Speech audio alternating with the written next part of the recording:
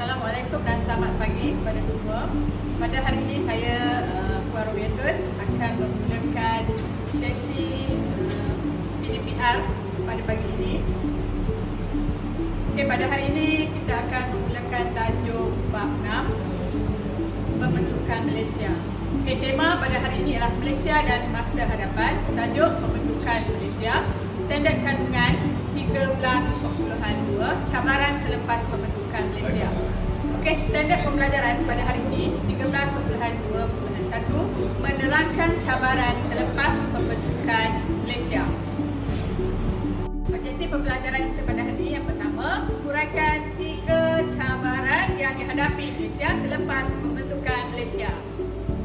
Walaupun baru sahaja mencapai kemerdekaan selama 3 tahun, Tunku Abdul Rahman Putra Al-Haj menyambung irama sejarah diplomasi antarabangsa dengan mengumumkan suatu gagasan baharu di antara Persekutuan Tanah Melayu dengan British Borneo, iaitu Sabah, Brunei dan Sarawak pada 27 Mei 1961. Gagasan ini semulanya dikenali sebagai Melayu Raya dan kemudiannya menjadi Malaysia.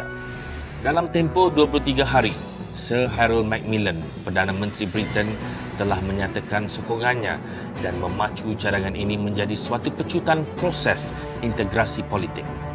Selepas itu, Suruhanjaya Cobalt telah dibentuk pada 23 Januari 1962 untuk mengendalikan pungutan suara rakyat di Sarawak dan Sabah.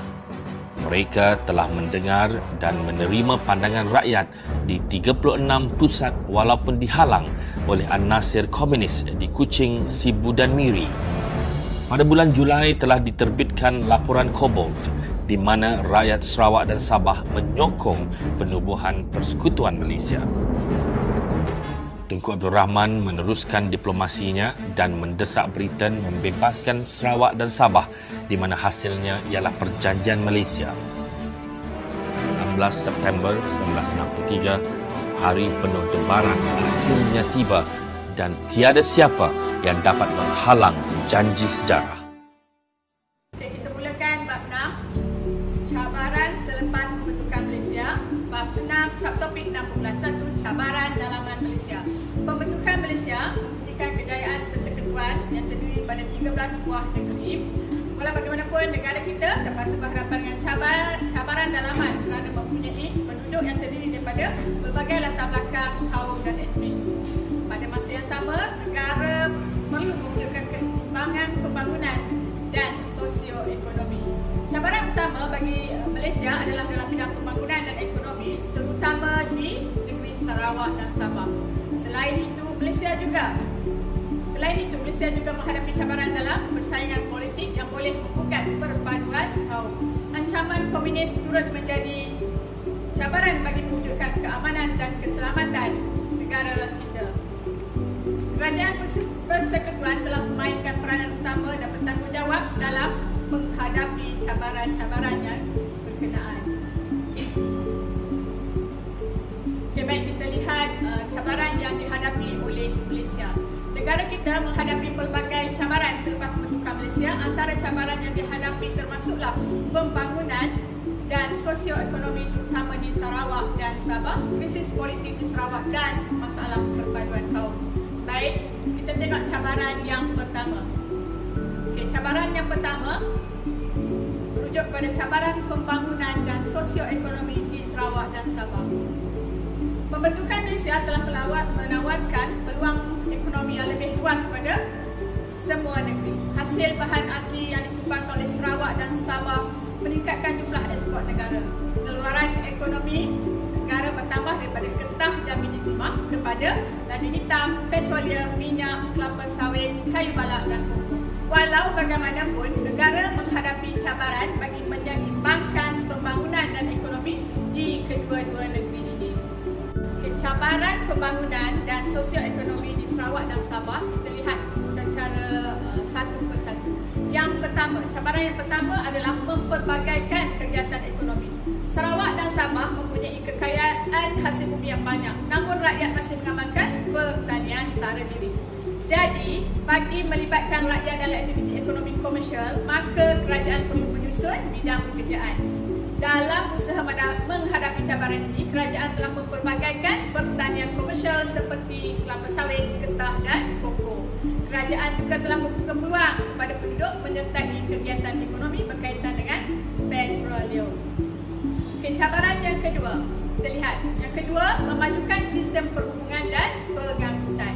Saiz negeri yang besar bagi Sarawak dan Sabah menjadi cabaran dalam bidang perhubungan dan pengangkutan. Jadi kedua-dua negeri masih bergantung kepada sistem pengangkutan air, iaitu sungai dan laut bagi tujuan perhubungan. Oleh itu, tugas utama kerajaan adalah untuk membina sistem perhubungan dan pengangkutan terutama kepada penduduk di kawasan pedalaman. Sejak pembentukan Malaysia, usaha menyeimbangkan pembangunan dilakukan melalui rancangan pembangunan 5 tahun Malaysia. Sarawak dan Sabah dimasukkan dalam rancangan Malaysia pertama bermula pada tahun 1966. Baik, kita tengok cabaran yang ketiga. Negara terpaksa menghadapi cabaran yang ketiga, iaitu memajukan sistem pendidikan.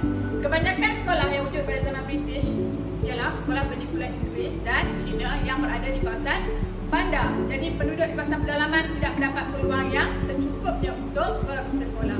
Oleh itu, usaha ditumpukan untuk membina sekolah dan melatih tenaga guru bagi memberikan pendidikan kepada penduduk, khususnya kaum Bumiputra. Seterusnya kita tengok cabaran yang kedua yang dihadapi oleh negara ialah cabaran politik di Sarawak. Krisis perlembagaan telah berlaku di Sarawak pada bulan Jun 1966 apabila 21 orang ahli Kaunsil Negeri tidak berpuas hati dengan kepimpinan Stephen Kalonikan sebagai Ketua Menteri Sarawak. Jadi beliau telah dipecat oleh Governor pada bulan Jun 1966. Stephen Kalonikan mencabar tindakan ini di Mahkamah Tinggi Sarawak dan membenangi kes ini pada bulan September 1966. Beliau telah kembali menjadi Ketua Menteri. Namun, beliau mendapat undi tidak percaya daripada Kaunsil Negeri. Krisis politik ini telah menyebabkan berlakunya masalah ketidakstabilan di Sarawak yang mengancam keselamatan dan keamanan. Pada bulan September 1966, darurat telah diisytiharkan di Sarawak. Stephen Kalonikan digantikan dengan Tawisli. Jadi awak boleh tengok gambar berkaitan dengan Stephen Kalonikan di teks awak ya. Cabaran yang ketiga yang dihadapi oleh negara adalah cabaran perpaduan kaum. Usaha mewujudkan perpaduan kaum dan integrasi nasional merupakan cabaran besar yang dihadapi oleh Malaysia. Penduduk negara kita ni mempunyai pelbagai kaum, antaranya termasuklah Melayu, Cina, India, Melanau, Iban, Bidayuh, Kadazan, Dusun, Urut dan Bajau.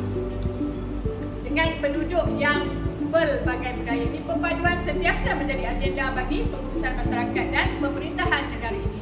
Selain itu, jarak antara semenanjung Malaysia dengan Sarawak dan Sabah yang jauh menjadi cabaran kepada integrasi nasional serta suka memupuk semangat satu negara. Kesimpulannya, negara kita menghadapi pelbagai cabaran dalam usaha untuk mewujudkan keseimbangan pembangunan dan ekonomi. Jadi, sebagai rakyat Malaysia, perpaduan yang sedia terjalin antara kaum dan integrasi nasional di negara ini perlu dipupuk dan dipertahankan bagi mewujudkan suasana negara yang lebih aman. Jadi itu sahaja yang berkaitan dengan subtopik 6.1 iaitu cabaran dalaman Malaysia. Okey, baik, di sini kita boleh cuba menjawab soalan debat. Contohnya, awak boleh fikirkan. Okay, soalannya, mengapakah berdasarkan konteks ada dua soalan, mengapakah perpaduan menjadi agenda penting dalam sesebuah negara? Ini pada pendapat anda, pada pendapat murid-murid, mengapakah perpaduan menjadi agenda penting dalam sesebuah negara? bagi awak masa untuk menjawab dan membuat latihan di dalam buku. Kemudian awak boleh hantar kepada masing-masing. Okey, sekian saja untuk tajuk hari ini.